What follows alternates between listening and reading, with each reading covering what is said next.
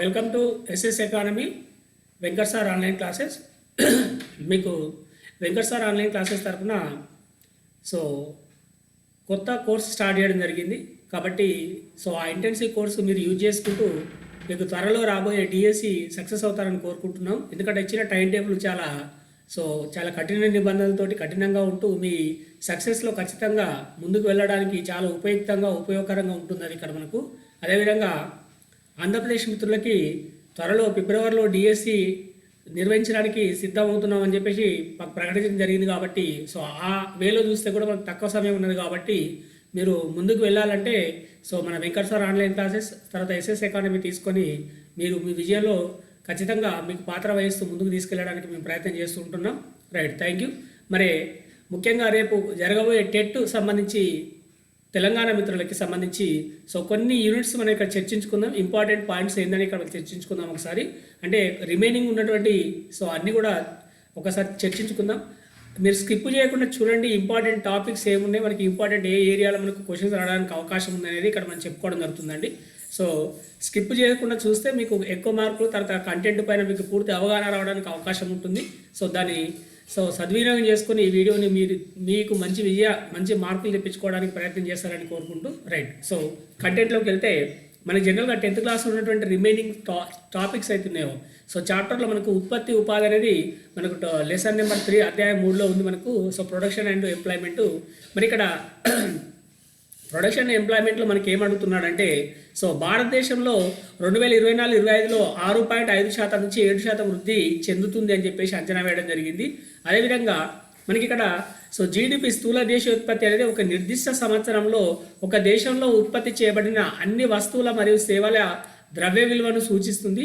ఇది జీడిపి ఆర్థిక బలంగా ఉందని తెలియజేస్తుంది. అంటే ఇక్కడ మనకు ఈ డెఫినేషన్స్ మనకి ఇచ్చిందండి.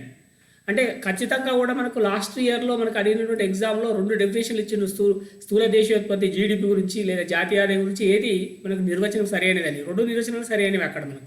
కాబట్టి ఇలాంటివి మనకి ఇవ్వడం జరుగుతుంది. తర్వాత 2024-25లో 6.5% నుంచి 7% వృద్ధి చెందుతుందని చెప్పేసి ఇచ్చారు. అదేవిధంగా 2023 ఆర్థిక సంవత్సరంలో భారతదేశ తలసరి ఆదాయం దాదాపు 2 లక్షలు అని చెప్పేసి ఇక్కడ ఇవ్వడం జరిగింది. ఇలాంటి క్వశ్చన్స్ మనకు బేస్ చేసుకొని అడుగుతాడండి. తర్వాత దీనికి విరుద్ధంగా 2012లో ఆర్థిక సంవత్సరంలో తలసరి ఆదాయం 71,609, అంటే గత 10 ఏళ్లలో ఇది 175% పెరిగిందని చెప్పేసి ద ఎకనామిక్స్ టైమ్స్ అనే పత్రిక ప్రచురించినటువంటి కథనాన్ని ఇక్కడ మనకి ఇవ్వడం జరిగింది. అంటే చూడండి, ఇలాంటి బేస్డ్ క్వశ్చన్స్ మనకు అడగడానికి ఖచ్చితంగా అవకాశం ఉంటుంది అనేది మనం గుర్తుపెట్టుకోవాలి. మరి ఇక్కడ ఉత్పత్తి ఉపాధి అన్నప్పుడు ఆర్థిక వ్యవస్థలో ఏ విధంగా రంగాలను మనకి ఇక్కడ తీసుకోవడం జరిగింది అనేది ఇక్కడ మనకు వివరించుకోవడం జరుగుతుంది. వాస్తవానికి ఇక్కడ మనం గమనించినట్టయితే మరి ఆర్థిక వ్యవస్థలో మనం గమనించినట్టయితే అంటే ఉత్పత్తి ప్రక్రియలో ప్రధాన పాత్ర పోషించే వ్యవసాయం, మత్స్య పరిశ్రమ, అటవీ, గనులు సంబంధించిన పనులు ఉంటాయి. అంటే చూడండి ఇక్కడ మనకు అంటే మొత్తానికి మనకు ఆర్థిక వ్యవస్థను 3 రంగాలుగా విభజించారని చెప్పేసి ఇక్కడ క్లియర్గా ఇవ్వడం జరుగుతుంది. యంత్రాలు, పరికరాల ఉపయోగించి వస్తువులు ఉత్పత్తి చేయడం, ఇతర పరిశ్రమలు, ఇది మనకు పరిశ్రమల కిందికి వస్తుంది. అంటే ప్రకృతిపరమైనటువంటి అంశాలు ఉన్న వాదాన్ని వ్యవసాయం ప్రాథమిక రంగం అన్నారు. అదేవిధంగా కొంత ఉత్పత్తి చేసే ప్రక్రియ కొనసాగుతుంది, దాని పరిశ్రమలు అన్నారు.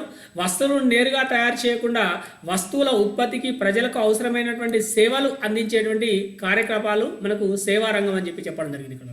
అంటే సేవల రంగం ప్రత్యక్షంగా ఉత్పత్తి చేయదు, కానీ ఉత్పత్తి చేసినటువంటి ముడి పదార్థాలను ఉత్పత్తి దగ్గరికి కావచ్చు, ఉత్పత్తి అయినటువంటి వస్తువులను మనకు కావచ్చు సరఫరా చేస్తుంది, సేవలు అందిస్తుంది, రవాణా మార్గాలు ఏర్పరుస్తుంది, అనేకమైన సౌకర్యాలు మనకు కల్పిస్తుంది. అది సేవా రంగానికి మనం చెప్పడం జరిగింది. అంటే మనకు ఆర్థిక వ్యవస్థను 3 రంగాలుగా విభజించారని చెప్పడం జరిగింది. రైట్, ఇక్కడ చూడండి, ఇక్కడ మనకు ఈ క్వశ్చన్స్ సంబంధించి ఈ పర్టికులర్ అంశాలు మనకి ఇక్కడ ఎగ్జామ్లో అడుగుతుంది ఈ మధ్యకాలంలో. అది మన జనరల్గా మనం గమనించినట్టయితే ఇక్కడ బుట్టలు అల్లేవారు ఎవరు, బట్టలు కుట్టేవాళ్ళు ఎవరు, పూల సాగు చేసే, ఇక్కడ చూడండి బుట్టలు అల్లేవారు, బట్టలు కుట్టేవారు ఇద్దరు కూడా మనకు జనరల్గా ఏమవుతుందంటే పారిశ్రామిక రంగానికి వస్తుంది, గుర్తుపెట్టుకోవాలి. పూల సాగు చేసేవారు వ్యవసాయ రంగం కిందకి వస్తుంది, గుర్తుపెట్టుకోవాలి. తర్వాత పాలు అమ్మేవారు చాలా ఇంపార్టెంట్. మరి పాలు అమ్మేవారు అంటున్నారు, పాలు అమ్మేవారు డైరెక్ట్ అడిగింది ఇదివరకు మన క్వశ్చన్, సేవా రంగంలోకి వస్తుంది. చేపలు పట్టేవారు మళ్ళీ వ్యవసాయ రంగం కిందకి వస్తుంది, మత్స్య పరిశ్రమ అన్నారు కాబట్టి మళ్ళీ వ్యవసాయ రంగం కిందకి వస్తుంది. మత బోధకులు, పూజారులు, ఇది కూడా మనకు ఇదివరకు క్వశ్చన్లో అడిగినామండి, సేవా రంగంలోకి వస్తుంది. ఉత్తరాలు బట్వాడా చేసేవారు, ఇది మళ్ళీ సేవా రంగంలోకి వస్తుంది. మరి అగ్గిపెట్టె కర్మాగారంలో పనిచేసేవారు, ఇది అడిగిన క్వశ్చన్ మనకు, ఇది మనకు పారిశ్రామిక రంగంలోకి వస్తుంది. అంటే చూడండి, డిఫికల్టీ యొక్క వృత్తులు ఇచ్చి వాళ్ళ ప్రొఫెషన్స్ ఇచ్చి వాళ్ళు ఏ రంగంలోకి వస్తుందని చెప్పేసి వర్గీకరణ చేయమని చెప్పేసి అడుగుతున్నాడు. చాలా ఇంపార్టెంట్ ఇది. ఇందులోకి వెళ్ళి క్వశ్చన్ రావడానికి ఖచ్చితంగా అవకాశం ఉంది మనకు, ఎందుకంటే కన్ఫ్యూజ్ చేస్తాడు.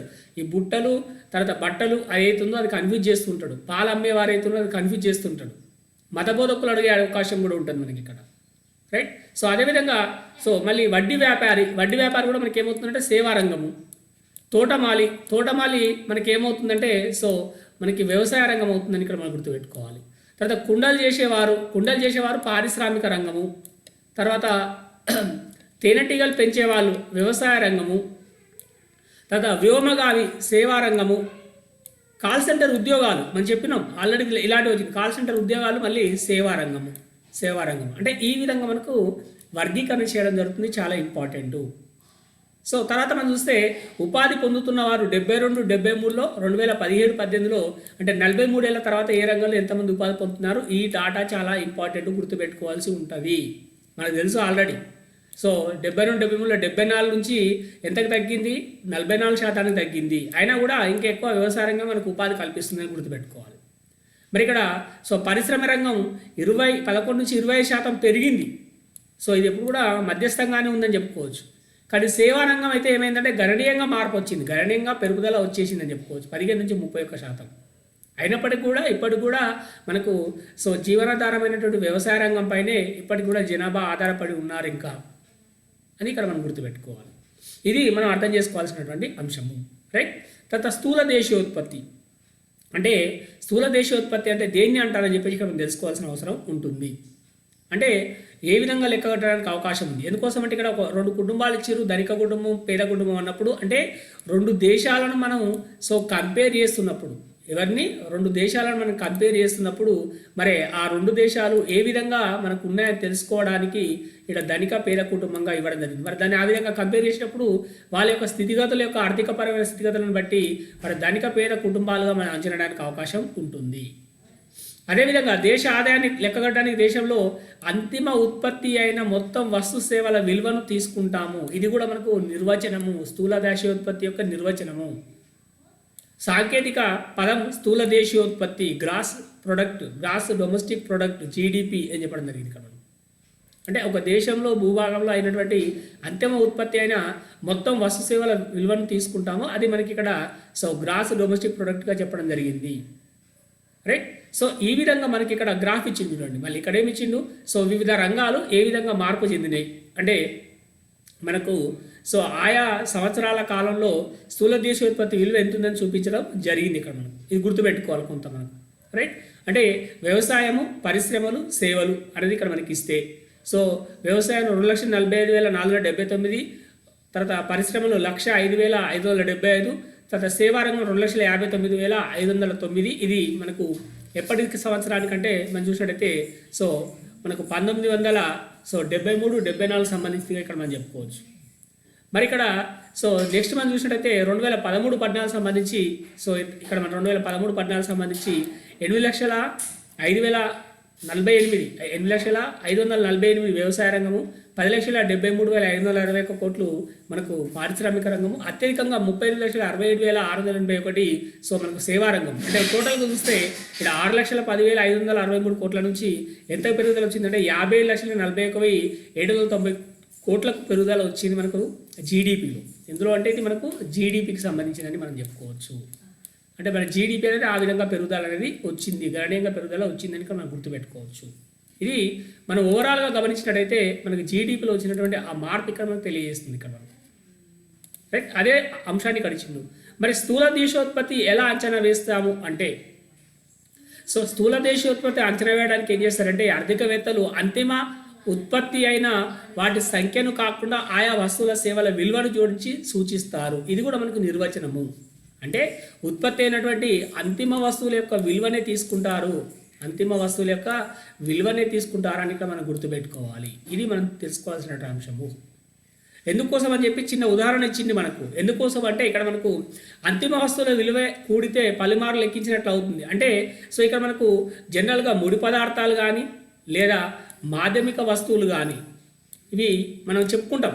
ముడి పదార్థాలు ఒకటో కేటగిరీ, రెండోది మనకు మాధ్యమిక వస్తువులు, మూడోది మనకు ఒక వస్తు తయారీలో మనం ఏం చేస్తామంటే వస్తు తయారీలో మనకు అంతిమ వస్తువులు అని చెప్పుకుంటాం. అంటే ఈ అంతిమ వస్తువులలో మనకు మాధ్యమిక వస్తువుల విలువ మరియు ముడి పదార్థాల విలువ అనేది కలిసి ఉంటుంది. ఫర్ ఎగ్జాంపుల్ ఇక్కడ చెప్పినట్టుగా అంటే జనరల్గా మనం చెప్తే ఒక 100 రూపాయల గోధుమలు తీసుకున్నప్పుడు ఆ గోధుమలు అనేటివి మనకు ముడి సరుకులు. మన గోధుమలను పిండి పట్టేయడం ద్వారా అది మాధ్యమిక వస్తువు. అక్కడ 120 రూపాయలు అయింది గోధుమలు పిండి పట్టించే వారికి. మరి ఆ గోధుమలను అంతిమంగా రొట్టెలు చేసే వరకు అది 150 రూపాయలు అయింది అనుకుంటే 150 రూపాయలు అయింది అనుకుంటే అంటే ఈ 150లో మొదటి అయినటువంటి ముడి సరుకు విలువ ఉంది, మరియు రెండోది అయినటువంటి మనకు మాధ్యమిక వస్తువుల విలువ ఉంది. మరి ఈ మూడు కలిపితే మనకి ఏమవుతుందంటే రేట్ అంటే ఎక్కువ అవుతుంది. వస్తువు ఒకటే కానీ దాని విలువ ఎక్కువ అవుతుంది. కాబట్టి ఏదో ఒక వస్తువును ఏదో ఒక రూపంలో తీసుకోవాలంటే అది అంతిమ వస్తువుల్లోనే తీసుకోవాలనేది ఇక్కడ ముఖ్యమైనటువంటి సమాచారము. ఇది మనం అర్థం చేసుకోవాలి. అందుకే జాతీయ ఆదాయంలో ముడి సరుకుల విలువను మాధ్యమిక వస్తువుల విలువను తీసుకోరు. కేవలం ఏ వస్తువులు తీసుకుంటారంటే అంతిమ వస్తువు విలువనే తీసుకుంటారని ఇక్కడ గుర్తుపెట్టుకోవాలి. ఇది మనకి ఇంటర్మీడియట్ రిలేటెడ్గా చెప్పినటువంటి టాపిక్ అండి. ఇది చాలా ఇంపార్టెంట్ ఇది, రైట్. కాబట్టి ఆ విధంగా ఇక్కడ మనకి చిన్న ఉదాహరణ ఇచ్చింది. మాధ్యమిక వస్తువుల విలువ ఉంది. ప్రతి దశలో ఉత్పత్తిదారులు ఉత్పత్తికాలు తయారు చేసిన వారికి మొత్తం విలువ చెల్లించారు. అంటే హోటల్ యజమాని అమ్మిన అంతిమ వస్తువుల విలువైన 500 రూపాయలు, బియ్యం నూకల విలువైన 3600 రూపాయలు, ఉత్పాదకాలు మరియు వడ్లు మరపట్టించే హోటల్ యజమాని పాత్ర ఏమీ లేదు. అదేవిధంగా వడ్లు మర ఉత్పత్తి చేసిన బియ్యం ఊకల 3600 రూపాయల విలువతో అతను కొన్న వడ్ల విలువ 2500 రూపాయలు ఉన్నాయి. అంటే ఈ విధంగా మనకు ప్రాథమిక వస్తువు నుంచి మరియు మాధ్యమిక వస్తువు నుంచి మనకు అంతిమ వస్తువుకు అది మారిపోతుందని ఇక్కడ మనం గుర్తుపెట్టుకోవాలి. రైట్. ఇది మనకు ఓవరాల్ ఇచ్చింది. అంటే స్థూల దేశీయోత్పత్తిని ఏ విధంగా లెక్క కడతారని చెప్తే ఆ విధంగా మనం చెప్పుకోవచ్చు. ఇక్కడ చిన్న క్లియర్గా అందుకే టిక్స్ కొట్టిన మీకు ఇది ఇలాంటి టిక్స్ కొట్టిన కాడ మీరు ఖచ్చితంగా ఈ మార్కులు పెట్టి కాడ ఖచ్చితంగా మీరు చూసుకోండి. ఒక సంవత్సరంలో ఒక రంగంలో ఉత్పత్తి చేసిన అంతిమ వస్తు సేవల విలువను ఆ సంవత్సరానికి ఆ రంగంలో మొత్తం ఉత్పత్తిని సూచిస్తుంది. 3 రంగాల ఉత్పత్తిని కలిపితే స్థూల దేశీయోత్పత్తి వస్తుంది. ఒక దేశంలో ఒక సంవత్సరంలో ఉత్పత్తి చేసిన అన్ని అంతిమ వస్తు సేవల విలువను ఇది తెలియజేస్తుంది. ఉత్పత్తి అయిన అంత్య వస్తు సేవల మార్కెట్ విలువ స్థూల దేశీయోత్పత్తి నమోదు చేస్తుంది. రైట్. ఈ 2 నిర్వచనాలు మనకి ఇవ్వడం జరిగింది. అనేక సార్లు ఇలాంటివి రిపీట్ అవుతున్నాయి ఇక్కడ అవడం జరుగుతూ ఉంది. ఇక్కడ లెక్కించిండు, లెక్క చేయండి ఒకసారి ఎంత వస్తుందని చెప్పి ఇక్కడ మనకు ఉదాహరణ ఇచ్చింది ఎంత అని చెప్పి ఇక్కడ రైట్. తర్వాత రంగాల ప్రాముఖ్యతలో మార్పు, ఉత్పత్తి చేసిన వస్తువులు సేవల విలువ, ఉపాధి ఏ విధంగా ఉంది అంటే మనకు వివిధ రంగాలు తీసుకున్నప్పుడు అంటే మనకు ప్రాథమిక రంగము, తర్వాత ద్వితీయ రంగము, తర్వాత సేవా రంగము, తృతీయ రంగం తీసుకున్నప్పుడు ఏ విధంగా మార్పు వచ్చింది ఈ ప్రశ్న అడిగిండు మనకి ఇదివరకు. గత 50 సంవత్సరాలలో అభివృద్ధి చెందిన దేశాల్లో పారిశ్రామిక రంగం నుంచి సేవా రంగానికి ప్రాధాన్యత మారుతుంది. ఈ ప్రశ్న అడిగింది మనకు ఆల్రెడీ టెట్ డిఎస్లో. మొత్తం ఉత్పత్తిలో సేవారంగ ప్రముఖ స్థానంలో ఉంది. ఈ ప్రశ్న కూడా అడిగింది మనకు. మొత్తం ఉత్పత్తిలో ఏ రంగం వాటా ఎక్కువ ఉంది, ఏ రంగం ప్రాముఖ్యత ఉందంటే సేవారంగం ప్రాముఖ్యత ఉంది. అదేవిధంగా పనిచేసే వాళ్ళలో కూడా ఇప్పుడు ఎక్కువ మంది సేవారంగంలో ఉపాధి పొందుతున్నారు. ఉత్పాదక కార్యకలాపాల్లో అధిక భాగం ఇప్పుడు వస్తువులు ఉత్పత్తి కాకుండా సేవలు అందించడంలో ఉన్నాయి అని చెప్పి ఇక్కడ చెప్పడం జరిగింది. రైట్. అంటే మొత్తానికి ఇక్కడ గత 50 సంవత్సరాల కాలంలో పారిశ్రామిక రంగం నుంచి సేవల రంగానికి ప్రాధాన్యత పెరుగుతుంది. ఇది అభివృద్ధి చెందిన దేశాల్లో. మనలాంటి దేశాల్లో ఇంకా మనకి ఏమవుతుందంటే ఇంకా భిన్నంగానే ఉందని చెప్పుకోవచ్చు. ఎందుకంటే ఇంకా వ్యవసాయ రంగం పైన ఆధారపడి ఉన్నారు. ఇంకా మన దగ్గర ఏ రంగం పైన ఆధారపడి ఉన్నారంటే మనకు వ్యవసాయ రంగం పైన ఆధారపడి ఉన్నారు అని ఇక్కడ చెప్పుకోవచ్చు. అయితే ఇక్కడ మళ్ళీ సేవలకు ఇచ్చింది చూడండి. మళ్ళీ సేవలను మళ్ళీ ఏం చేసిండు, తిరిగి 3 రకాలుగా వర్గీకరించిండు. అంటే ప్రజా సామాజిక వ్యక్తిగత సేవలు, ఆర్థిక బీమా స్థిరాస్తి సేవలు, వ్యాపారం, హోటళ్ళు, రవాణా ప్రసారాలు ఇలాంటివి ఏమున్నాయని చెప్పేసి ఇక్కడ ఇచ్చిండు. ఇది ఒకసారి పట్టిక చూసుకోవాలి మనం. ఇది చాలా ఇంపార్టెంట్. ఇలాంటి పట్టిక మనకు ఇది ఏ రంగం కిందికి వస్తుందని అడుగుతాడు. గ్రంథాలయాలు ఏ రంగం కిందికి వస్తుంది, దస్తావేజుల నిర్వహణ ఏ రంగం కిందికి వస్తుంది, పోస్ట్ ఆఫీస్ ఏ రంగం కిందికి వస్తుంది. ఇది అడగడానికి అవకాశం మనకు ఉంటుంది. రైట్. తర్వాత స్థూల దేశీయోత్పత్తిలో వివిధ రంగాల వాటా మనం గమనించినప్పుడు అంటే మొత్తం రంగాల వాటా గమనిస్తే వ్యవసాయం, పరిశ్రమలు, వ్యాపారం, హోటళ్ళు, రవాణా ప్రసారాలు, ఆర్థిక బీమా స్థిరాస్తి, ప్రజా సామాజిక వ్యక్తిగత సేవలు, ఇవి సేవా రంగం అండి. 3 మళ్ళీ మనకు ఇది ప్రాథమిక రంగం, ఇది మనకు ద్వితీయ రంగం పరిశ్రమలు. కాబట్టి ఏ విధంగా మార్పు వచ్చింది ఇక్కడ మనకు, ఏ విధంగా మార్పు వచ్చింది. చూడండి 73 నుంచి 15-16ల మనకు జనరల్గా పారిశ్రామిక రంగంలో పెద్ద మార్పు రాలేదు. 22-28 మరి వ్యవసాయ రంగంలో మనం గమనిస్తే 43 నుంచి అంటే అది స్థూల దేశీయోత్పత్తిలో నమోదు చేసేటువంటి వాటా జీడిపిలో దాని యొక్క వాటా పర్సెంటేజ్ అవుతుందో మనకు దాని యొక్క విలువ వాటా, దీన్ని మనం ఏమంటున్నాం దాని యొక్క విలువ వాటా అంటున్నాం. దాని యొక్క విలువ వాటా మాత్రం మనకి ఏమవుతుందంటే తగ్గింది. కానీ ఈ మిగతా 3 అవుతున్నాయో వాటి పెరుగుదలకు సంబంధించిన చెప్పుకోవచ్చు. ఇక్కడ మనం వ్యాపార మూటలు 15 నుంచి 19 పెరిగింది. ఆర్థిక బీమా మరి 8 నుంచి 22 పెరిగింది. మరి ప్రజా పరిపాలన సామాజిక వ్యక్తిగత 12 నుంచి 12 ఉంది. ఇది మార్పలేదు, కానీ ఈ 2 మారినాయని మనం చెప్పుకోవచ్చు. ఇలాంటి బేస్లో క్వశ్చన్ అడగడానికి అవకాశం మనకు ఉంటుంది. రైట్. తర్వాత మన దేశంలో 43 సంవత్సరాల కాలంలో వ్యవసాయ రంగ వాటా గణనీయంగా క్షీణించింది. స్థూల దేశీయ ఉత్పత్తిలో పారిశ్రామిక ఉత్పత్తి వాటా కొంచెం పెరిగింది. ఇందుకు విరుద్ధంగా సేవా కార్యకలాపాలలోని 3/2 రంగాలలో గణనీయమైన వృద్ధి చెందింది. 3/2 రంగాల్లో అంటే మిగతా 2 రంగాల్లో కూడా గణనీయమైనటువంటి వృద్ధి చెందింది. ఇది కామన్గానే ఉంది, కానీ ఈ 2 రంగాలు మాత్రం బాగా అభివృద్ధి చెందింది. అంటే ఉపరంగాలు, సేవా ఉపరంగాలు అవి ఇక్కడ. కాబట్టి ఈ బేస్లో క్వశ్చన్ మనకు అడగడానికి అవకాశం ఉంటుంది. మళ్ళీ భారతదేశంలో ఉపాధి మరి పని పరిస్థితులు ఏ విధంగా ఉన్నాయి అన్నాడు. రైట్. 2011 జనాభా లెక్కల ప్రకారం అంటే ఇక్కడ వరకు మనం అర్థం చేసుకోవాల్సిందంటే స్థూల దేశీయోత్పత్తి అంటే ఉత్పత్తి ఏ విధంగా చేస్తారు, స్థూల దేశీయోత్పత్తిని ఏ విధంగా లెక్కిస్తారు, మరి స్థూల దేశీయోత్పత్తిలో వివిధ రంగాల వాటా, ముఖ్యంగా ఆర్థిక వ్యవస్థలో 3 రంగాలు విభజించినప్పుడు వాటి వాటా ఏ విధంగా ఉందని చెప్పేసి మనకి వివరించడం జరుగుతుంది. ఆ తర్వాత మనం గమనిస్తే మరి ఉపాధికి సంబంధించి వివిధ రంగాల వాటా ఏ విధంగా ఉంది దేశంలో అని ఇక్కడ మనకి ఇచ్చిండు. ఉపాధికి సంబంధించి రైట్. 2011 జనాభా లెక్కల ప్రకారం 121 కోట్లలో జనాభాలో 46 కోట్ల మంది పనిచేస్తున్నారు. అంటే 46 కోట్ల మంది మనకు పనిచేయడం జరుగుతుంది. మరి ఇక్కడ ఇచ్చింది చూడండి 2017-18లో ఎంత పర్సెంటేజ్ ఇచ్చింది. ఈ బేస్లో క్వశ్చన్ అడిగినాం మనం. వ్యవసాయ రంగం గ్రామీణ ప్రాంతంలో 59, పట్టణ ప్రాంతంలో 6% నివసించే వాళ్ళు ఇక్కడ. పారిశ్రామిక రంగం గ్రామీణ ప్రాంతంలో 20%, 34% పట్టణ ప్రాంతంలో నివసిస్తున్నారు. మరి సేవా రంగంలో 19.8% గ్రామీణ ప్రాంతంలో నివసిస్తున్నారు, 59% పట్టణ ప్రాంతంలో నివసిస్తున్నారు. మరి స్త్రీ పురుషులు చూస్తే 40, 57, తర్వాత 26, 17 ఆయా రంగాల్లో అంటే వ్యవసాయ రంగంలో పనిచేసే పురుషులు స్త్రీలు, పారిశ్రామిక రంగంలో పనిచేసే పురుషులు స్త్రీలు, సేవా రంగంలో పనిచేసే పురుషులు స్త్రీలు. మొత్తం కార్మికులు మనం గమనిస్తే వ్యవసాయ రంగం వాటి ఇప్పటికి కూడా అంటే 2017-18 నాటికి కూడా ఎంత వాటా ఉందంటే 44.6% ఉంది. ఆ తర్వాత మనకి ఏ రంగం వాటా ఉందంటే మనకు పారిశ్రామిక రంగ వాటా ఉంది. అంటే వ్యవసాయ రంగం నుంచి ఉపాధి పొందే వాళ్ళు ఎక్కువ ఉన్నారు, కానీ వ్యవసాయ రంగం నుంచి వచ్చేటువంటి పర్సెంటేజ్ దాని నుంచి వచ్చేటువంటి విలువ శాతం మాత్రం చాలా తక్కువ ఉన్నారని ఇక్కడ మనం గుర్తుపెట్టుకోవాల్సిన అవసరం ఉంటుంది. ఇది మనం అర్థం చేసుకోవాల్సినటువంటి అంశము. రైట్. తర్వాత దేశంలో కార్మికుల సగం మంది వ్యవసాయ రంగంలో మనం చెప్పింది అదే ఉండి 1/6 ఉత్పత్తి మాత్రమే దోహదం చేస్తున్నారు. అంటే వ్యవసాయ రంగంలో మనం చెప్పినట్టుగా దాదాపుగా 44% ఇక్కడ ఉన్నారు, 44% ఉన్నారు, కానీ ఉపాధి పొందేవారు 44% వ్యవసాయ రంగంలో. మరి వాటా ఎంత ఉందంటే కేవలం మనం 19% వాటానే ఉందని చెప్పినాం. మనం జీడిపిలో వాటా ఎంత ఉందంటే 19% ఉందని చెప్పినాం. దీని విరుద్ధంగా స్థూల దేశోత్పత్తిలో 6/5 వాటా ఉన్న పారిశ్రామిక సేవా రంగాలు మొత్తం కార్మికులు దాదాపు సగానికి మాత్రమే ఉపాధి కల్పిస్తున్నాయి. అంటే దాదాపుగా మనకి ఇక్కడ 80% జీడిపిలో దాని వాటా ఉంటే 80% జీడిపిలో దేని వాటా ఉందంటే ఇక్కడ పారిశ్రామిక సేవా రంగాల వాటా ఉంటే, కానీ ఇక్కడ ఉపాధి పొందుతున్న వారు మాత్రం చాలా తక్కువ. అంటే ఎంత ఉందంటే 56% ఉంది.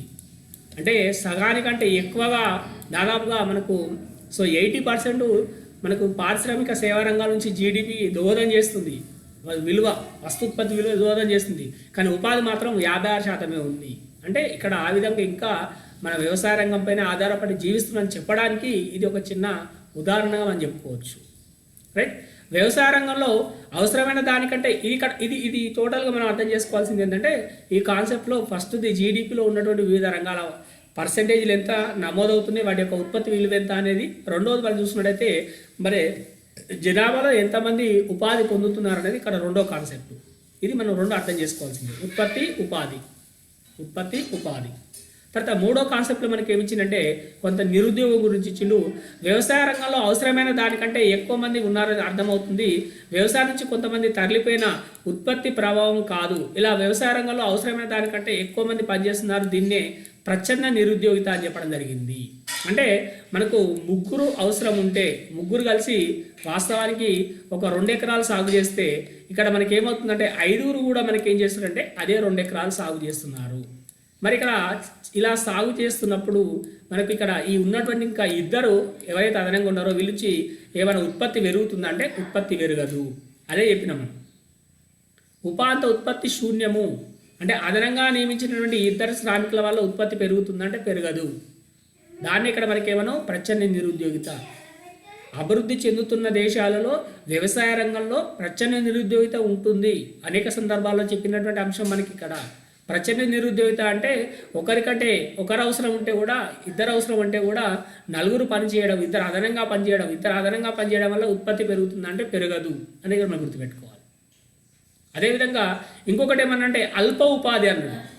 అల్ప ఉపాధి అంటే ఇక్కడ గుర్తుపెట్టుకోవాలి. సో ఎవరికి తమ పూర్తి సామర్థ్యానికి తగినట్టుగా పని ఉండడం లేదు అంటే వాళ్ళ సామర్థ్యం మేర పని లభించడం లేదు అంటే వాళ్ళు 8 గంటల పని చేసే అవకాశం ఉన్నప్పటికీ కూడా వాళ్ళు 4 గంటలే పని చేయడము. ఇది మనం గుర్తుపెట్టుకోవాలి. ఈ 2 క్వశ్చన్స్ వరకు ఇక్కడ ప్రచ్ఛన్న నిరుద్యోగిత, అల్ప ఉపాధి, అల్ప ఉద్యోగిత అని ఇక్కడ మనం గుర్తుపెట్టుకోవాలి. ఈ రకమైనటువంటి అల్ప ఉపాధి ఇతర రంగాల్లో కూడా ఉండవచ్చు అన్నట్టు ఇక్కడ మనకు. అంటే అనేక రంగాల్లో కూడా ఇక్కడ మనకు ఉండడానికి అవకాశం అనేది ఉంది అని ఇక్కడ మనం చెప్పుకోవచ్చు. మనకు 3 రంగాల్లో ఉపాధి వాటా ఏ విధంగా ఉందని మళ్ళీ ఒకసారి ఇచ్చింది ఇక్కడ మనకు. సో 73, 74, 75% నుంచి 44%. మరి పరిశ్రమలు 11 నుంచి 25% పెరిగింది. సేవలు 15 నుంచి మనకు 31% పెరిగింది. అంటే కొంత వ్యవసాయ రంగం ఇప్పటికి కూడా నెంబర్ 1 స్థానంలోనే ఉంది ఉపాధి కల్పించడంలో అని ఇక్కడ మనం గుర్తుపెట్టుకోవాలి. తర్వాత 2వది సేవా రంగంలో ఉంది. తర్వాత 3వది మనకు సో పరిశ్రమ రంగం ఇస్తుంది ఉపాధి. 73, 74 మనం గమనిస్తే ఇక్కడ అదే ఇక్కడ ఇచ్చింది చూడండి. ఇక్కడ మనకు చాలా ఇంపార్టెంట్. ఇలాంటివి మనం చూసుకోవాలి రైట్. లేదా 3 రంగాల్లో స్థూల దేశోత్పత్తి వాటా ఏ విధంగా ఉందని ఇచ్చింది మనకు. మరి వ్యవసాయము మనకు 73, 74లో మనకు సో 43 ఉంటే అది ఎంత ఇస్తుందంటే 19కి తగ్గింది. 19కి తగ్గింది. మరి పారిశ్రామిక రంగం మాడరేటర్గా ఉంది అది. సో 22 నుంచి 28 కొంత కాన్స్టాంట్గానే కొనసాగుతుందని చెప్పుకోవచ్చు. మరి సేవారంగం చూడండి 35 నుంచి 55% పెరిగింది. చాలా పెరిగిందని చెప్పుకోవచ్చు ఇక్కడ మనం. ఇది ఇక్కడ మనకు ఫిల్ ఇన్ ద బ్లాంక్స్ ఇచ్చింది. ఎంత మార్పు వచ్చింది, ఉపాధిలో ఎంత మార్పు వచ్చింది, మరి స్థూల దేశోత్పత్తిలో ఎంత మార్పు ఇచ్చింది అనేది ఇక్కడ ఈ 2 డేటాలు చూసి మనకి ఏం చేయాలంటే ఈ 2 డేటాలు చూసి ఇక్కడ మనం ఫిల్ చేసుకోవాల్సిన అవసరం ఉంటుంది. మరి తర్వాత ఏమంటే ఇది ఓవరాల్గా మనకు ఉపాధికి సంబంధించింది. మరి ఉపాధిలో సో ఎంత పర్సెంటేజ్ ఉంది, స్థూల దేశోత్పత్తిలో ఎంత పర్సెంటేజ్ అని చెప్పేసి ఇవ్వడం జరిగింది. తర్వాత నెక్స్ట్ చూస్తే భారతదేశంలో వ్యవస్థీకృత రంగాలు ఏ విధంగా ఉన్నాయి అంటే వ్యవస్థీకృత రంగం అంటే ఏమిటి, అవ్యవస్థీకృత రంగం అంటే ఏమిటి అనేది చిన్న ఉదాహరణ ఇచ్చింది. దీన్ని చదువుకుంటే మనకు అర్థమవుతుంది ఇక్కడ. అంటే ఒకటేమో సో నరసింహ, రెండోదేమో రాజేశ్వరి. ఈ 2 కథనాలు చదువుకుంటే మనకు అర్థమవుతుంది. కాబట్టి ఇక్కడ ఇచ్చింది చూడండి. ఉపాధి షరతులు ఉండి నమ్మకంగా పని ఉండే ప్రదేశాల్లో లేదా వ్యాపారంలో వ్యవస్థీకృత రంగంగా వ్యవహరిస్తారు. ఇవి ప్రభుత్వం వద్ద నమోదు చేసుకొని ఉంటాయి. కాబట్టి కర్మాగారాల చట్టం, కనీస వేతన చట్టం, దుకాణాల సంస్థల చట్టం వంటి వాటిలో ఉన్న ప్రభుత్వ నియమ నిబంధనలు ఇవి అనుసరిస్తాయి. ఇది చాలా ఇంపార్టెంట్, మనం గుర్తుపెట్టుకోవాలి. సో వ్యవస్థీకృత రంగంలో కార్మికులు ఉద్యోగ భద్రత ఉంటుంది. వాళ్ళు రోజులో నిర్ధారిత గంటలు మాత్రమే పనిచేయాల్సి ఉంటుంది. అంతకంటే ఎక్కువ పనిచేస్తే యజమాని అదనపు వేతనం చెల్లించాలి. అంతేకాకుండా జీతంతో కూడిన సెలవుతో వేతనము, భవిష్య నిధి వంటి అనేక ఇతర ప్రయోజనాలు వాళ్ళకు ఉంటాయి. ఆరోగ్య భద్రత ఉంటుంది, ఉద్యోగ భద్రత ఉంటుంది, సెలవు భద్రత ఉంటుంది, వైద్య భద్రత ఉంటుంది, భవిష్యత్తు నిధి ఉంటుంది. ఇలాంటివన్నీ కలగాల్సింది. మరి సౌకర్యాల భద్రత కూడా ఉంటుంది. తాగునీరు వంటి సదుపాయాలు కల్పించాలి, టాయిలెట్లు వంటి సదుపాయాలు కల్పించాలి. విరమణ పొందిన తర్వాత కొంతమేర పింఛన్ కూడా పొందడానికి అవకాశం వాళ్ళకు ఉంటుంది. ఇది మొత్తం కూడా వ్యవస్థీకృత రంగానికి ఇది మనం చదువుకోవాలి ఏంటిదని చెప్పడానికి. ఇక్కడ ఈ పూర్తి టాటా చదువుకుంటే మనకు వ్యవస్థీకృత రంగం ఏందని తెలిసిపోతుంది. మరి అవ్యవస్థీకృత రంగంలో చిన్న చిన్న సమస్యలు అక్కడక్కడ ఉంటాయి. ఇవి సాధారణ ప్రభుత్వ నియంత్రణలో ఉండవు, నియమ నిబంధనలు ఉంటాయి కానీ వీటిని అనుసరించరు. కాబట్టి ఉద్యోగ భద్రత కానీ తర్వాత మనకు వేతనం, అర్జిత సెలవులు, అనారోగ్యమైనప్పుడు సెలవులు వంటివి కూడా ఉండవు. అంటే ఇక్కడ లభించేటివి దాదాపు ఇక్కడ ఏవి లభించవు అని ఇక్కడ మనం చెప్పుకోవచ్చు. ఇది ఓవరాల్గా మనకు వ్యవస్థీకృత అవ్యవస్థీకృత రంగాల గురించి చెప్పినట్టుగా చెప్పుకోవచ్చు. మరి ఎవరు వస్తారు, వ్యవస్థీకృత రంగంలో ఎవరు వస్తారు, అవ్యవస్థీకృత రంగంలోకి ఎవరు వస్తారని చెప్పేసి ఇక్కడ మనకి వివరించడం జరిగింది. ఇది ఒకసారి చూసుకోవాలి ఎవరు వస్తారు అని చెప్పడానికి. ఇక్కడ చిన్న చిన్న రైతు కుటుంబాలు, చిన్న రైతులు అని చెప్పేసి 80% గ్రామీణ ప్రాంతాల్లో ఉన్నటువంటి చిన్న రైతులందరూ కూడా అవ్యవస్థీకృత రంగంలోకి రావడం జరుగుతుందని గుర్తుపెట్టుకోవాలి. రైట్, ఇది ఓవరాల్గా మనం చూసినట్టయితే మరి వ్యవస్థీకృత రంగం ఎంత ఉపాధినిస్తుంది, మరి స్థూల దేశీయోత్పత్తి వాటా ఎంత, అవ్యవస్థీకృత రంగం ఎంత ఉపాధినిస్తుంది, మరి ఎంత వాటా అని చూస్తే చూడండి 50-50 ఇచ్చినప్పటికీ కూడా ఉదాహరణ మనం గమనిస్తే జనరల్గా వ్యవస్థీకృత రంగంలో 8% ఉపాధి పొందుతున్నారు, మిగతా అంతా కూడా అవ్యవస్థీకృత రంగంలోనే పనిచేస్తున్నారు. అంటే వాళ్ళకి ఉద్యోగ భద్రత లేదు, ఆరోగ్య భద్రత లేదు, ఎలాంటి భద్రత లేకుండానే వాళ్ళు పనిచేస్తున్నారని మనం చెప్పుకోవచ్చు. ఇది 2004-05 సంబంధించినటువంటి డాటా ఇక్కడ మనకి ఇవ్వడం జరిగింది. రైట్, ఇది ఓవరాల్గా మనకు వ్యవస్థీకృత అవ్యవస్థీకృత రంగాలకు సంబంధించినటువంటి అంశాలు. మరి ఎట్లా మనకు ఉపాధిని పెంచాలి అంటే అనేక రకాలుగా చర్యలు తీసుకోవాల్సిన అవసరం ఉంటుందని చెప్పేసి ఇక్కడ ఇవ్వడం జరిగింది. ఇది ఓవరాల్గా మనం గమనించినట్టయితే ఉపాధికి సంబంధించినటువంటి అంశం అండి. ఉపాధికి సంబంధించినటువంటి అంశము. రైట్, నెక్స్ట్ ఓవరాల్గా మనం చూసినట్టయితే ఒకసారి మిగతా లెసన్స్ ఒక్కసారి గమనించినట్టయితే ఏమి ఇంపార్టెంట్ పాయింట్స్ అనేది ఒకసారి చూద్దాము.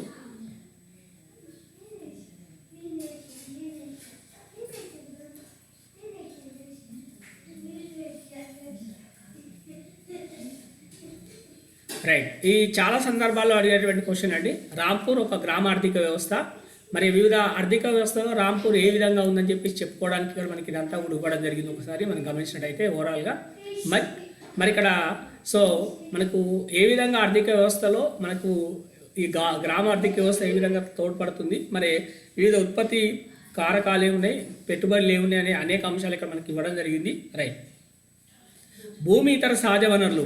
వ్యవసాయ ఉత్పత్తికి భూమి చాలా కీలకమైన అంశము.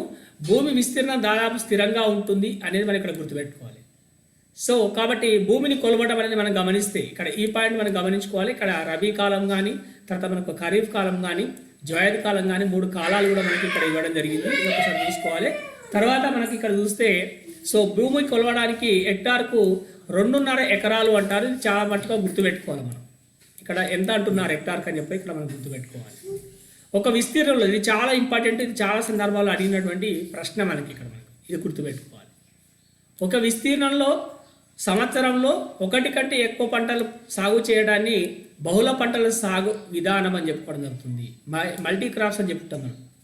భూమి నుంచి ఉత్పత్తి పెంచడానికి ఇది అత్యంత సాధారణమైనటువంటి పద్ధతి.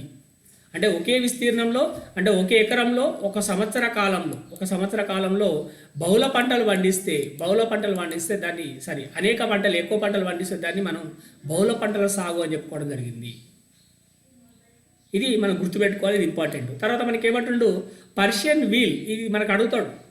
రైతులు బావుల నుంచి నీళ్ళ పైకి తోడడానికి ఏది ఉపయోగించారంటే పూర్వకాలంలో పర్షియన్ వీల్ ఉపయోగించుకోవడం జరిగింది. తర్వాత కాలంలో దాదాపు 50 సంవత్సరాల క్రితమే మొదటి బోరు బావుల ప్రభుత్వం ఏర్పాటు చేసింది. ఇది గుర్తుపెట్టుకోవాలి. దాదాపు 50 సంవత్సరాల క్రితమే బోరు బావుల పథకం అనేది మనకు ప్రభుత్వం తీసుకొచ్చింది కాబట్టి సో అది ఏర్పాటు చేసిందని చెప్పుకోవచ్చు. 1970 దశాబ్దం మధ్యకాలంలో 264 హెక్టార్ల వ్యవసాయ భూమి సాగునీటికి వచ్చింది దేశవ్యాప్తంగా. అదేవిధంగా ఈ క్వశ్చన్ అనేది చూడండి, ఈనాటికి కూడా దేశంలో సాగు విస్తీర్ణంలో 40% కంటే తక్కువ విస్తీర్ణానికే సాగునీటి సదుపాయాలు కలవు. అంటే సాగు అవుతున్నటువంటి 100 సాగు విస్తీర్ణంలో కేవలం 40% మనకు సాగు విస్తీర్ణానికి మనకు సో నీటిపారుదల సౌకర్యాలు లభిస్తున్నాయని చెప్పేసి ఇక్కడ ఇవ్వడం జరిగింది. ఇది మనం గుర్తుపెట్టుకోవాలి. రైట్, అంటే ఇక్కడ ఈ 2 పాయింట్స్ మనకి ఇంపార్టెంట్. బహుళ సాగు పంటలు ఏంటి, మరి ఒక హెక్టార్ అంటే ఎంత ఏంది, మరి ఇక్కడ కాలాలు ఏమున్నాయి, దాని విధంగా మనకి ఇక్కడ గత 50 సంవత్సరాల కాలంలో ఏ విధంగా మార్పు వచ్చింది, ఇప్పుడు ప్రస్తుతంలో మనకు సాగునీటి సౌకర్యాలు ఎంతమేర అందుతున్నాయి. భారతదేశంలో సాగు కింద ఉన్న భూమిని మిలియన్ హెక్టార్లో చూపిస్తుంది. కాబట్టి ఒక గ్రాఫ్ ఒకసారి చూసుకోండి. అంటే 50 నాటికి 120 మిలియన్ హెక్టార్ల సాగు విస్తీర్ణం ఉంటే మనకు 2015 నాటికి 140, అంటే జస్ట్ 20 మిలియన్ హెక్టార్లు పెరిగింది. అడవులు నరికివేత ఇంకా ఇతరత్ర బంజరు భూమిలోకి తీసుకురావడం వల్ల 20 మిలియన్ హెక్టార్లు మనకు పెరిగిందని మనం చెప్పుకోవచ్చు. రైట్, తర్వాత భూ పంపిణీ ఏ విధంగా జరిగిందని కొంతమేర ఇక్కడ ఇచ్చింది మనకు. తర్వాత ఇక్కడ ఇచ్చిండు చిన్న రైతులు 2 హెక్టార్ల కంటే తక్కువ ఉన్న వాళ్ళు 87% మంది ఉన్నారు. ఈ క్వశ్చన్ అడిగిండు మనం. మరి మధ్య తరగతి పెద్ద రైతులు మనం చూసినట్టయితే 2 హెక్టార్ల కంటే ఎక్కువ ఉన్న వాళ్ళు 13% ఉన్నారు. వాళ్ళ సాగు భూమి 52% ఉంది. అంటే 2 హెక్టార్ల కంటే ఎక్కువ సాగు చేసే వాళ్ళు 13% ఉన్నారు. కానీ వాళ్ళ కలిగి ఉన్నటువంటి భూమి ఎక్కువ ఉంది. అదే 2 హెక్టార్ల కంటే తక్కువ అంటే మనకు 2.5 ఎకరాల కంటే తక్కువ, జనరల్గా 2.5 ఎకరాలు అంటాం మనం. 2.5 ఎకరాల కంటే తక్కువ భూమిని మనం హెక్టార్ అని చెప్పుకోవడం జరుగుతుంది. సో 2 హెక్టార్ల కంటే తక్కువ అన్నప్పుడు ఒక 5 ఎకరాల కంటే తక్కువ అని చెప్పుకోవచ్చు కదా, 5 ఎకరాల కంటే తక్కువ అని చెప్పుకోవచ్చు. మరి అలాంటి వాళ్ళు 87% ఉన్నారు, వాళ్ళు సాగు విస్తీర్ణం మాత్రం 48% అని చెప్పేసి ఇక్కడ ఇచ్చిండు. రైతుల రకాలు, రైతు సాగు చేస్తున్నటువంటి భూ పంపిణీ ఇక్కడ ఇచ్చింది మనకు. సో 87% చిన్న రైతులు ఉంటే వాళ్ళు సాగు చేసేది 48% భూమినే. మరి 13% మిగతా రైతులు ఉంటే వాళ్ళు సాగు చేసేది 52% ఉందని చెప్పేసి ఇక్కడ ఇచ్చిండు. ఇది మనం గుర్తుపెట్టుకోవాలి. అంటే ఆల్మోస్ట్ మనకు చిన్న రైతులే, అంటే చిన్న సన్నకారు రైతులే మనకు 87% ఉన్నారంటే ఇక్కడ మనం గుర్తుపెట్టుకోవాలి. ఈ క్వశ్చన్ అడిగింది ఇది వరకు మనకు బేస్లో, ఈ క్వశ్చన్ మనకు అడగడం జరిగింది, గుర్తుపెట్టుకోవాలి. రైట్. సో నెక్స్ట్ మనం గమనిస్తే, సో ఉత్పత్తి నిర్వహణ అంటే అంటే ఒక ఉత్పత్తి చేయడానికి ఉన్నటువంటి సో కారకాలు ఏమని చెప్పేసి ఇక్కడ ఇచ్చిందండి. మనం ఉత్పత్తి చేయడానికి ఉత్పత్తిలో అనేక వస్తువులు కావాలి, వాటిని ఏ విధంగా వర్గీకరించండి అంటే ఇవన్నీ కూడా మనకి ఏమంటారంటే ప్రొడక్షన్ ఫ్యాక్టర్స్, ఉత్పత్తి కారకాలుగా చెప్పుకుంటాం మనం. ఉత్పత్తి కారకాలుగా మనం చెప్పుకుంటాము. ఒకటి భూమి మొదటిది, రెండోది శ్రామికులు. తర్వాత ఇది అడిగిన క్వశ్చన్, ఉత్పత్తి చేయడంలో భూమి తర్వాత అత్యంత ముఖ్యమైనటువంటి కారకం ఏందని చెప్పేసి అడిగింది ఎగ్జామ్లో. కాబట్టి శ్రామికులు, వాళ్ళ యొక్క నైపుణ్యము. భూమి లేకున్నా శ్రామికులు లేకున్నా ఉత్పత్తి జరగదని ఇక్కడ మనం గుర్తుపెట్టుకోవాలి. తర్వాత మూడోది పెట్టుబడి, మూలధనం అంటాం.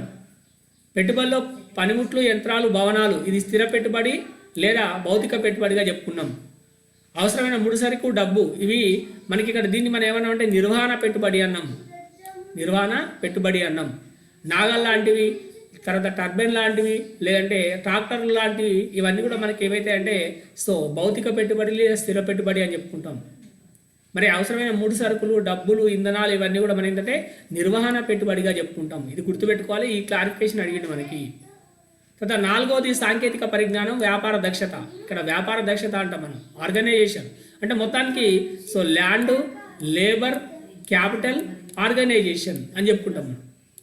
సో మనకు భూమి, తర్వాత సో మూలధనం, శ్రమ, తర్వాత మూలధనం, తర్వాత సో ఆర్గనైజేషన్, నిర్వహణ లేదా వ్యాపార దక్షత అని ఇక్కడ మనం చెప్పుకోవచ్చు. ఇవి 4 మనకు ఉత్పత్తి కారకాలు. ఇది గుర్తుపెట్టుకోవాలి.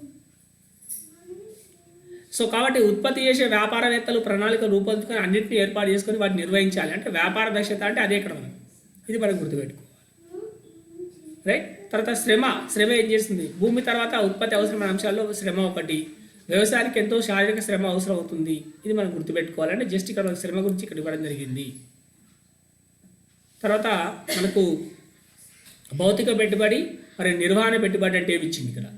నిర్వహణ పెట్టుబడి కోసం చాలామంది చిన్న రైతులు అప్పు చేయాల్సి ఉంటుంది. నిర్వహణ పెట్టుబడి అంటే సో అక్కడ అవసరాలకు, అంటే జనరల్గా మనకు నిర్వహణ పెట్టుబడి అంటే కావాల్సిన రాసాయనిక ఎరువులు తీసుకోవడం కావచ్చు, మందులు తీసుకోవడం కావచ్చు, విత్తనాలు తీసుకోవడం కావచ్చు, ఇలాంటి వాటిని మనం ఏమంటే నిర్వహణ పెట్టుబడిగా చెప్పుకుంటాం.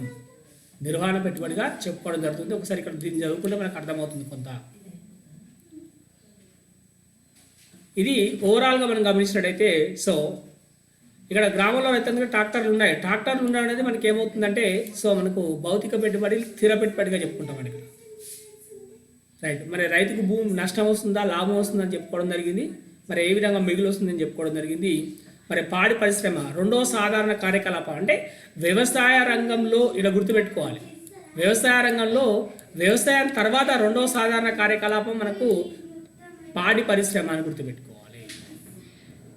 అంటే ఇక్కడ మనకు రాంపూర్ ఆర్థిక వ్యవస్థలో మనకు విభజిస్తుండు. ఒకటి వ్యవసాయ రంగం అంటున్నాడు, రెండవది పాడి పరిశ్రమ అంటున్నాడు, మూడవది ఇక్కడ మనం చెప్పిండు చిన్న తరహా ఉత్పత్తుల తయారీ అంటున్నాడు.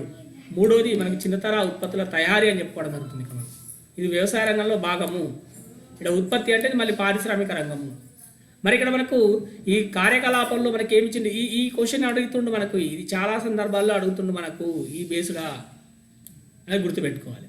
సో గ్రామంలో సొంత కొట్టు ఉండడము, సొంత కొట్టం షెడ్డు ఉండడము, భూమి, శ్రమ, కుటుంబ శ్రమ, ప్రధానంగా మహిళలు గేదెల పోషణ చేస్తారు. ఈ క్వశ్చన్ అడిగిన మిమ్మల్ని. భౌతిక పెట్టుబడి, పశువుల సంతలో కొన్న గేదెలు, అవి భౌతిక పెట్టుబడి. మరి నిర్వహణ పెట్టుబడి, మన తమ భూమిలోంచి వచ్చిన పశువుల మేతతో పాటు కొన్ని మందులు, ఇవి నిర్వహణ పెట్టుబడి. అంటే మనకు ఈ పాడి పరిశ్రమ తీసుకున్నప్పుడు ఇది ఏమవుతుందని చెప్పేసి ఇక్కడ ఇచ్చిండు. షెడ్డు అనేది భూమి కారకం అవుతుంది. మరి మహిళలు పనిచేయడం అనేది శ్రమ కారకం అవుతుంది. గేదెలు కొనుక్కోవడం అనేది మనకు భౌతిక పెట్టుబడి అవుతుంది. మరి నిర్వహణ పెట్టుబడి మనం గమనించినట్టయితే ఇక్కడ మనకు సో పశువుల మేత అని ఇక్కడ మనం చెప్పుకోవచ్చు. అన్న హలో అన్న ఒక్క నిమిషం వస్తారు నేను చేస్తాను, నేను క్లాస్లో ఉన్నా చేస్తా ఇప్పుడే నీకు మళ్ళీ. ఓకే వస్తారట ఈరోజు నేను చెప్తాను, మళ్ళీ నేను చేస్తా. క్లాస్ అయిపోకుండా చేస్తాను ఇంకా. ఇది మనకు జనరల్గా మనకు సో పాడి పరిశ్రమకు సంబంధించింది. ఇక ఉత్పత్తి చిన్న తరహా ఉత్పత్తి చేస్తున్నది ఉత్పత్తి మనకు పారిశ్రామిక రంగానికి సంబంధించినది. ఇక మూడవది మనకు దుకాణదారులు ఇచ్చిండు, ఇది మనకు సేవా రంగానికి సంబంధించింది. అంటే మొత్తానికి రాంపూర్ ఆర్థిక వ్యవస్థలో 3 రంగాలుగా విభజించారు ఇక్కడ మనకు. అంటే ఒకటి వ్యవసాయ రంగం మరియు పారిశ్రామిక రంగం, ఒకటి వ్యవసాయ రంగం మరియు ప్లస్ దానికి పాడి పరిశ్రమ ఏ విధంగా ఉందని చెప్పేసి ఇచ్చిండు. రెండవది పారిశ్రామిక రంగం చిన్న ఉత్పత్తిదారులు, తర్వాత మూడవది సేవా రంగం. ఇక్కడ 3 రంగాలు వివరించడం జరిగింది. మరి ఇక్కడ ఆ అంశాలు ఏ విధంగా మనకు వివరించుకోవడం జరిగింది. అంటే ఓవరాల్గా ఒక ఆర్థిక వ్యవస్థ ఏ విధంగా రన్ అవుతుంది అనేది మనకు రాంపూర్ ఒక ఆర్థిక వ్యవస్థ ద్వారా మనకు వివరించడం జరిగింది. ఓవరాల్గా భారతదేశంలో ఆర్థిక వ్యవస్థ ఏ విధంగా రన్ అవుతుంది అనే అంశాన్ని తీసుకొని మరి ఆ ఉత్పత్తి చేసేటప్పుడు క్రమంలో వ్యవసాయ రంగానికి ఇతర రంగాలకు ఏమేమి అవసరం అవుతాయని చెప్పేసి కొంత నమూనాగా మనకి ఇక్కడ వివరించడం జరిగింది. ఇది మనం అర్థం చేసుకోవాల్సినటువంటి కాన్సెప్ట్ ఈ రాంపూర్ ఆర్థిక వ్యవస్థలో, ఒక గ్రామ ఆర్థిక వ్యవస్థలో. రైట్. సో తర్వాత మనం గమనించినట్టయితే ప్రపంచీకరణ ఆల్రెడీ చెప్పినాం మనం. తర్వాత ఒక చిన్న లెసన్ మనకు ఉంది. సో దాంతో దీన్ని క్లోజ్ చేద్దాం మనం. సో దాని తర్వాత మనం గమనించినట్టయితే మనకు ఆహార భద్రత ఉంది. ఆహార భద్రతను మనం గమనించినట్టయితే ఆహార భద్రత మరి ఏది అంటే సో జనరల్గా 43 ఆహార భద్రత అనేది చాలా ఇంపార్టెంట్ టాపిక్. ఇందులో కూడా క్వశ్చన్ అడుగుతుంది మనకు. 43, 45లో బెంగాల్లో కరువు వల్ల బెంగాల్, అస్సాం, ఒడిస్సాలో దాదాపు 3-5 మిలియన్ ప్రజలు చనిపోయారని చెప్పేసి ఇక్కడ ఇచ్చింది మనకు. అంటే 43, 45 వచ్చిన కరువు వల్ల మనకు చనిపోవడం జరిగింది. ఆ కరువు ఎందుకు వస్తుందంటే ఆహార కొరత. దేనివల్ల వచ్చిందంటే ఆహార కొరత తీవ్రంగా ఉండడం వల్ల వచ్చిందని చెప్పుకోవచ్చు. అంటే ఆహార భద్రత అనేది ఎందుకు అవసరం అనే కాన్సెప్ట్లో మనకి ఇది ఇవ్వడం జరిగింది. భారతదేశానికి స్వతంత్రం రాకముందు బెంగాల్లో ఆహార ధాన్యాల పంపిణీ చేయడాన్ని బ్రిటిష్ పాలకులు తిరస్కరించడం వలన మహా బెంగాల్ కరువు సంభవించాయి. అంటే అక్కడ ఆహార ధాన్యాల పంపిణీ ఇవ్వడాన్ని నిరాకరించారు కాబట్టి అక్కడ ఆహార కొరత ఏర్పడి ప్రజలు చనిపోవడం జరిగిందని మనం చెప్పుకోవచ్చు. రైట్. ఇది మనం అర్థం చేసుకోవాల్సినటువంటి అంశము. మరి సో భారతదేశం స్వతంత్రం వచ్చిన తర్వాత నేటికి ప్రజల ఆహారం అందేలా చూడడానికి ప్రభుత్వాలు వివిధ విధానాలు రూపొందించి సాగాయి. తక్కువ ధరలకు ఆహార ధాన్యాలు లభించే రేషన్ దుకాణాలు, చాలామంది బడిలో తింటున్న మధ్యాహ్న భోజనం, చిన్నపిల్లల సంరక్షణతో పాటు మధ్యాహ్న భోజనం పెట్టే అంగన్వాడీ కేంద్రాల వంటి వారి ద్వారా ప్రభుత్వం ఆహార భద్రత కల్పించడానికి ప్రయత్నిస్తుంది. చూడండి ఇక్కడ చాలా ఇంపార్టెంట్. ఆహార భద్రత అనేది మనకు ఏ విధంగా కల్పిస్తున్నారని చెప్పడానికి ఇక్కడ ఇదంతా కూడా ఉదాహరణ. ఈ అంశాలు మనం గుర్తుపెట్టుకోవాలి. అంటే రేషన్ షాపుల ద్వారా సరుకులు ఇవ్వడం కావచ్చు, లేదా మధ్యాహ్న భోజనం కావచ్చు, లేదా అంగన్వాడీ ద్వారా చిన్నపిల్లలకు లేదా గర్భిణీ స్త్రీలకు సో మనకు అందించడం కావచ్చు. ఈ 4 అంశాలు మనం గుర్తుపెట్టుకోవాలి. ఆహార భద్రత కోసం ప్రభుత్వం చేపట్టేటువంటి చర్యలు ఇది ఇంపార్టెంట్, ఒకసారి చూసుకోవాలి. ఎందుకు దేశానికి ఆహార భద్రత అంటే ఆహార ధాన్య ఉత్పత్తిని పెంచడం. అంటే దేశానికి ఆహార భద్రత ఏ విధంగా సాధ్యమవుతుందంటే మనకు ఉత్పత్తి పెంచాలి. మరి సో మనకి జనరల్ ఇక్కడ ఇచ్చిండు 70-71 నుంచి మనకు 2010-11 మధ్య ఎంత సాగు విస్తీర్ణం పెరిగింది, లేదా మనకి ఎంత మొత్తం మనకు ఈ ధాన్యాల ఉత్పత్తి అనేది పెరిగిందని చెప్పేసి ఇక్కడ మనకు గ్రాఫ్లో ఇవ్వడం జరిగింది. ఇది ఒకసారి చూసుకోవాలి మనం జనరల్గా. అంటే 100 దగ్గర సో ఇక్కడ మనం వరిని గమనిస్తే ఏమైందంటే సో మనం దగ్గర 115-16 మిలియన్ టన్నులకు పెరిగింది. ఎక్కడి నుంచి సో 45 మిలియన్ టన్ను, 44 మిలియన్ టన్నులు, 40 మిలియన్ టన్నులు చిల్లర నుంచి అంత పెరిగిందని చెప్పుకోవచ్చు ఇక్కడ మనం. తర్వాత మనకు హెక్టార్లో కిలోలు ఎంత దిగుబడి అంటామండి. ఉత్పాదకత అంటాం, దిగుబడి అంటాం. అంటే ఒక హెక్టార్లో ఎన్ని కిలోలు ఉత్పత్తి అవుతుంది అనేది మనకు దిగుబడిగా లేకుంటే ఉత్పాదకతగా చెప్పుకుంటాం. Production and productivity. ప్రొడక్షన్ అయితేనేమో, ఉత్పత్తి అయితేనేమో మొత్తం ఒక విస్తీర్ణంలో ఎంత, ఒక 100 ఎకరాలు ఉంటే 100 ఎకరాలకి ఎంత ఉత్పత్తి అవుతుందని చెప్పేది ఉత్పత్తి. మరి ఉత్పాదకత అన్నప్పుడు మనకు ప్రొడక్షన్ అండ్ ప్రొడక్టివిటీ అన్నప్పుడు ఒక హెక్టార్లో లేదా ఒక ఎకరంలో ఎంత ఉత్పత్తి జరిగిందని తెలిపేది మనకు ఉత్పాదకత అంటే ఉత్పత్తి పెరగాలి. అంటే ఉత్పాదకత పెంచితే ఇక్కడ అర్థం చేసుకోవాల్సింది ఏంటంటే ఉత్పాదకత పెంచితే ఆటోమేటిక్గా మనకి ఏమవుతుందంటే ఉత్పత్తి పెరుగుతుంది. ఒక ఎకరంలో మనకు దిగుబడి అనేది పెరిగింది అనుకోండి, అట్లా అన్ని ఎకరాల్లో పెరుగుతుంది. దానివల్ల మనం ఉత్పత్తి కూడా పెంచుకోవడానికి అవకాశం అనేది ఉంటుంది.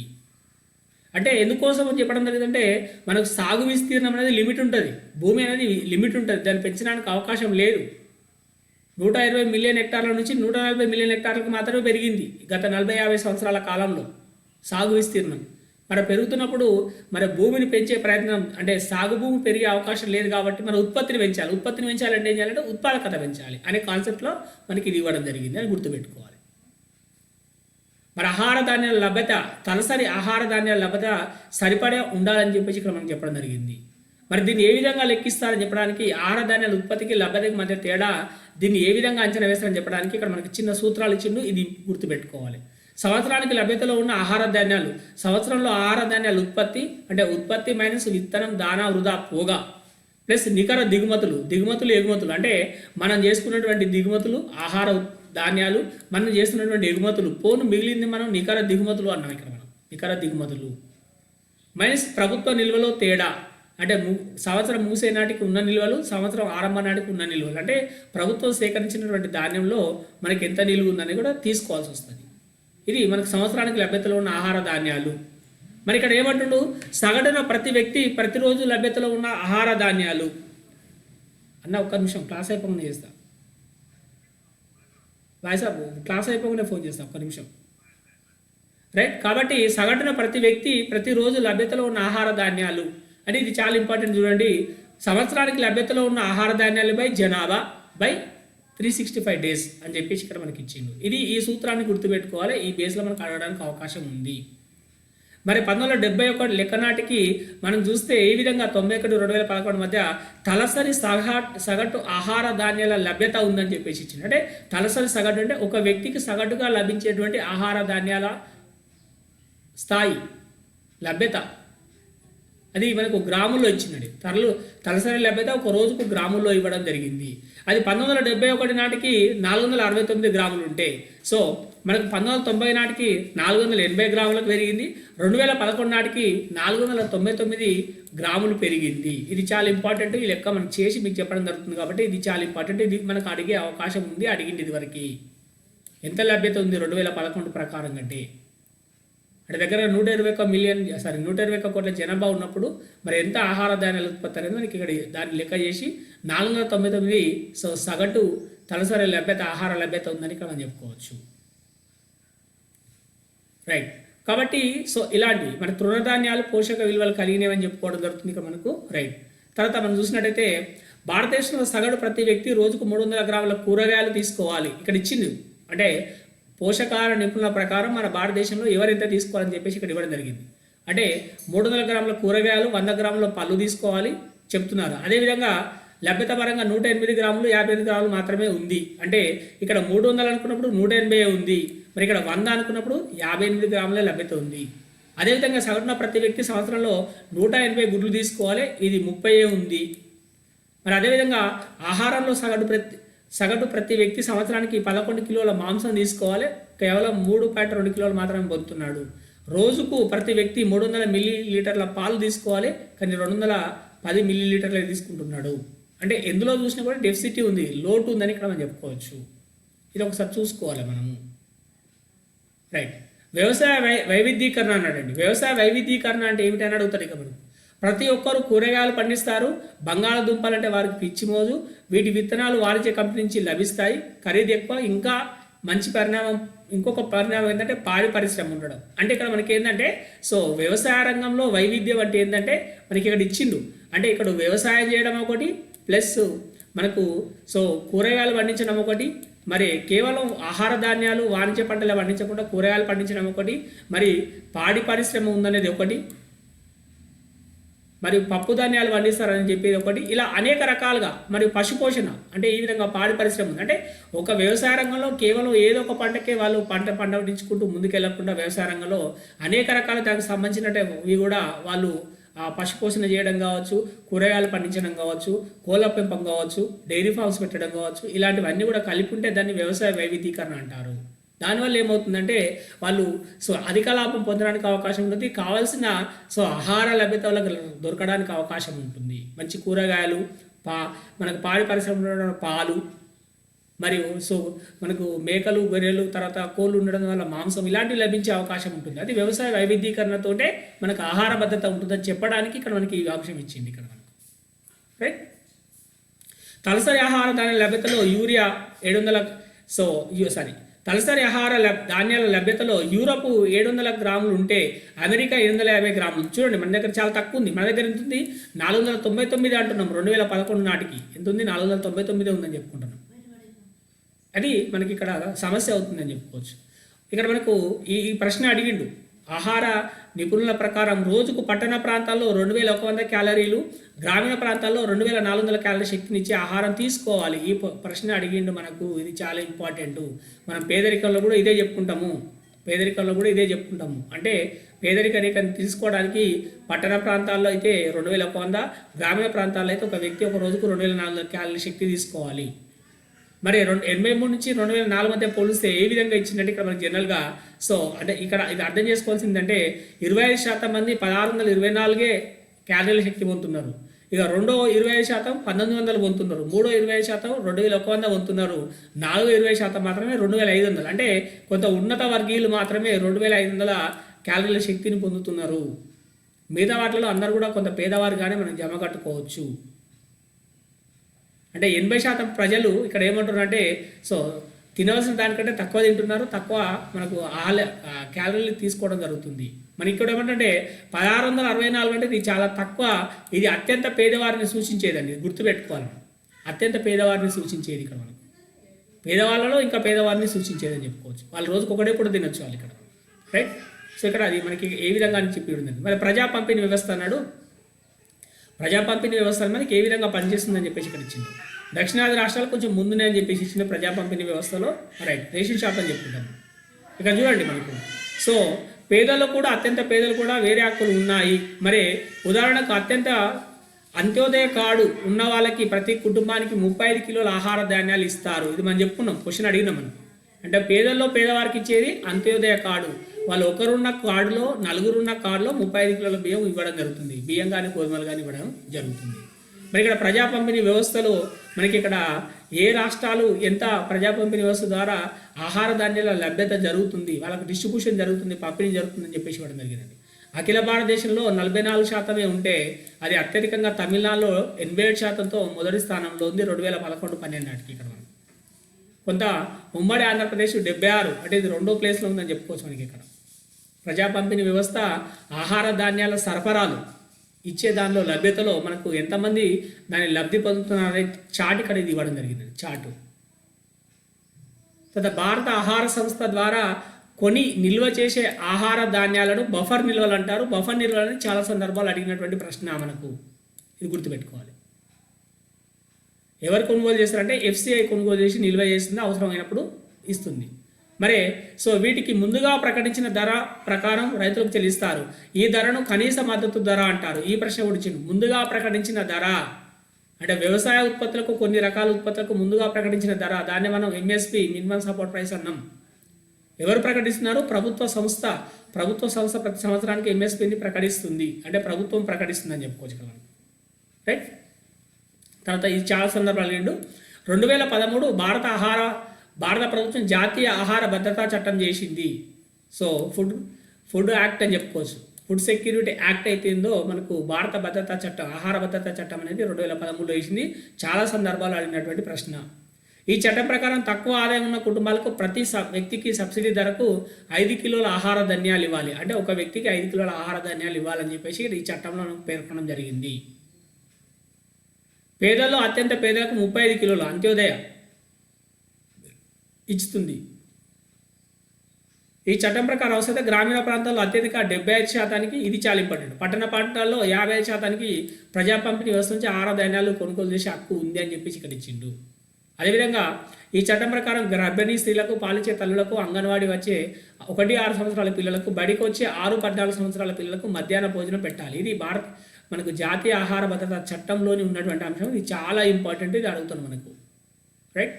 ఇది ఓవరాల్గా మనకు అదే ఆహార భద్రత చట్టం ఏమిటి, అందులో ఏంటి తలసరి లభ్యత ఎంత ఉంది, మన చట్టం ప్రకారం ఎంత ఇవ్వాలి, మరి ఏ రాష్ట్రాలు ముందంజలు ఉన్నాయి, అలాంటి అంశాలను కూడా చెప్పుకోవడం జరిగింది. రైట్. మరి పోషకాహార స్థాయిలు మనకి ఏముంటాయని చెప్పేసి ఇచ్చిన పిండి పదార్థాలు, మాంసకృతులు, విటమిన్లు ఇలా లభిస్తాయి, ఖనిజ లవణాలు ఇలా లభిస్తాయి. సో ఓవరాల్ ఇక్కడ మనకి ఇది BMI, జనరల్గా మనకు బాడీ మాస్ ఇండెక్స్ అంటాం. ఇది పిల్లలకు సంబంధించినటువంటి బాడీ మాస్ ఇండెక్స్ అంటే ఒకసారి చూసుకోవాలి. ఇది బాడీ మాస్ ఇండెక్స్. మరి బాడీ మాస్ ఇండెక్స్లో మనకి ఇక్కడ 1 సంవత్సరం లోపు 2, 3, ఇది 1, ఇది 2 సంవత్సరాల లోపు, ఇది 3 సంవత్సరాల లోపు, ఇది 4 సంవత్సరాల లోపు, 5 సంవత్సరాల లోపు, ఇవన్నీ కూడా నెలలు. 1 2 3 4 12 మంత్స్, 1 2 3 4 12 మంత్స్. మరి తక్కువ బరువు ఉన్న వాళ్ళు ఎంత ఉంటుంది, కొద్దిగా తక్కువ ఉన్న బరువును, కొంచెం మామూలుగా బరువు ఉన్న వాళ్ళు, అంటే కొంత BMI కంటే అంటే మంచి స్థాయిలో ఉన్నటువంటి పోషకాహార స్థాయిలో ఉన్నటువంటి పిల్లలు ఇక్కడ మనకి ఇదంతా కూడా వాళ్ళ 1 నెలకు 2 నెలలకు లేదా సంవత్సరం మీద 2 నెలలకు 3 నెలలకు ఈ విధంగా లెక్క కట్టి చెప్పడం జరుగుతుంది చార్ట్ ఇది ఇక్కడ మనకు. రైట్. తర్వాత జాతీయ పోషకాహార సంస్థ చేసిన సర్వే ప్రకారం దేశంలో పలు రాష్ట్రాల్లో సర్వే చేసిన 1-5 సంవత్సరాల ఉన్న వయసులో 7,000 పిల్లల్లో 70% మంది తక్కువ బరువు ఉన్న వాళ్ళే ఉండడం జరిగిందని చెప్పి పేర్కొనడం జరిగింది. మొత్తంగా 40% పిల్లలు తక్కువ బరువు ఉన్నవారని చెప్పడం జరిగింది. రైట్. అంటే వయసుకు ఎదురుగా బరువు చూపించడం వల్ల ఎంతమంది తక్కువ బరువు ఉన్నారంటే 40% అని చెప్పడం జరిగింది కదా. రైట్. గుజరాత్ 58%, అంటే తక్కువ ఉన్న బరువు ఉన్న దానిలో కూడా మనం గమనిస్తే గుజరాత్లో 58%, మధ్యప్రదేశ్లో 56%, ఉత్తరప్రదేశ్లో 53% రాష్ట్రాల్లో ఇది 50% మించి ఉంది. సో ఇక్కడ మనకు తక్కువ అంటే మంచి స్థాయిలో పోషకాహార స్థాయిని ఇచ్చే రాష్ట్రం ఉందంటే కేరళ 24% ఉంది ఇక్కడ మనకు. వయోజనులైన స్త్రీలు పురుషులలో పోషకాహార స్థాయిని శరీర బరువు సూచిక BMIతో కొలుస్తారు. మరి BMI కొలిసితే అధిక సో ఇక్కడ BMI యొక్క సూత్రం ఇచ్చింది, చాలా సందర్భాల్లో అడిగిండండి. బరువు కిలోలు మీటర్లో ఎత్తు వర్గం అంటే స్క్వేర్ అండి. ఎత్తు వర్గం అంటే స్క్వేర్ అంటాం మనం ఇక్కడ. అంటే 2 స్క్వేర్ ఎట్లా అనేది మనకు మీటర్ ఎత్తు వర్గం అని చెప్పేసి ఇక్కడ మనం జరుగుతుంది ఇక్కడ. పురుషుల్లో తీవ్ర శక్తి లోపం BMI అనేది 18 కంటే తక్కువ ఉంటే 30% మంది ఉన్నారు. అంటే వీళ్ళంతా కూడా మనకు పోషకాహార స్థాయి తక్కువ ఉన్న వాళ్ళు. అధిక బరువు ఉపకాయం అనేది 25% కంటే ఎక్కువ ఉన్న వాళ్ళు. 30% మహిళల్లో తీవ్ర శక్తి లోపం ఉండగా 14% మహిళల్లో అధిక బరువు ఉపకాయం కనిపిస్తుందని చెప్పేసి ఇక్కడ ఇవ్వడం జరిగింది. మరి ఇక్కడ తీవ్ర శక్తి లోపం అంటే తక్కువ బరువు ఉన్న వాళ్ళు లేకుండా సరైన పోషకాహారం లేని వాళ్ళలో ఒడిస్సా, గుజరాత్, ఉత్తరప్రదేశ్ రాష్ట్రాలు ఉన్నాయి. తర్వాత కర్ణాటక, తెలంగాణ, ఆంధ్రప్రదేశ్, మహారాష్ట్ర, ఆంధ్రప్రదేశ్, మధ్యప్రదేశ్, పశ్చిమ బెంగాల్లో 33 నుంచి 30% మహిళల్లో తీవ్ర శక్తి లోపం ఉందని చెప్పేసి ఇక్కడ ఇవ్వడం జరిగింది. రైట్. ఇది కొంతమేర మనకి ఇచ్చింది. దాంతోపాటుగా ఎంత మేర మనకు సో ఆ సౌకర్యాలు అందుతున్నాయి అని చెప్పేసి ఇక్కడ ఇవ్వడం జరిగింది. ఇది ఓవరాల్గా మనకు సో ఆహార భద్రతకు సంబంధించినటువంటి టాపిక్. రైట్. Thank you. ఇవన్నీ కూడా మీరు ఒకసారి గమనించుకోండి. సో చూడండి, స్కిప్ చేయకుండా చూడండి, మీకు చాలా ఉపయుక్తంగా ఉంటాయి. థ్యాంక్ యూ అనండి.